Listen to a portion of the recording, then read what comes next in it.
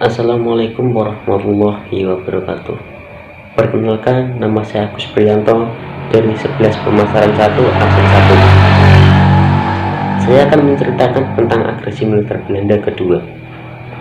Pada 19 Desember 1948 adalah hari di mana militer Belanda melancarkan serangan ke kota Yogyakarta yang kemudian dikenal dengan agresi militer Belanda kedua. Langkah pertama militer Belanda adalah merebut lapangan udara Maguwo dengan menurunkan penerjun payung, kemudian berusaha merebut kota Yogyakarta yang menjadi ibu kota Republik Indonesia pada saat itu. Kemudian Belanda berhasil menangkap para pemimpin Republik Indonesia, yaitu Bung Karno, Bung Hatta, Haji Agus Salim, dan Sultan Syahrir, untuk kemudian diasingkan secara terpisah ke Pulau Sumatera di daerah Prapat dan Bangka. Belanda berusaha menunjukkan kepada dunia internasional bahwa pemerintah sipil dan militer Republik Indonesia sudah tidak ada, sehingga Belanda memiliki hak asuh secara penuh untuk berbuat seenaknya terhadap negara Indonesia.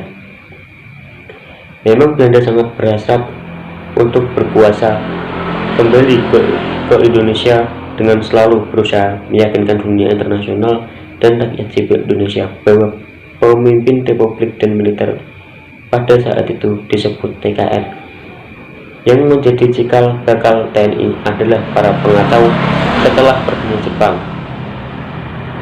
Belanda selalu membuat pernyataan bahwa wilayah Hindia Belanda pasca pendudukan Jepang semestinya kembali ke pengakuan pemerintah Belanda. Pada versi militernya yang kedua ini, alih-alih ingin mendapat dukungan dunia internasional, Belanda justru mendapat kecaman termasuk dari Amerika Serikat yang mengancam akan menghentikan seluruh bantuannya jika Belanda belum juga menghentikan aksi militernya terhadap Republik Indonesia. Ditambah lagi usaha Belanda yang ingin melumpuhkan kekuatan tentara Republik Indonesia guna meyakinkan dunia internasional bahwa tentara Republik Indonesia sudah tidak memiliki kekuatan, dipatahkan oleh perang gerilya yang dilancarkan oleh TKR di bawah pemimpin Jenderal Sudirman, dan berhasil menduduki kota Yogyakarta selama 1 jam, menunjukkan kepada dunia bahwa tentara Republik Indonesia masih ada. Langkah Belanda kian hari semakin terpojok dengan agresi militernya. Kali ini yang justru semakin memperburuk citra Belanda di mata negara-negara internasional. Belanda tercatat sudah 2 kali mengingkari isi perjanjian secara sepihak, dan yang terakhir adalah perjanjian Renville. Di antaranya tujuan utama dari perjanjian Renville adalah diadakannya gencatan senjata antara Republik Indonesia dan Belanda pasca agresi militer 1 yang kembali dirusak oleh Belanda dengan kembali melakukan agresi militernya.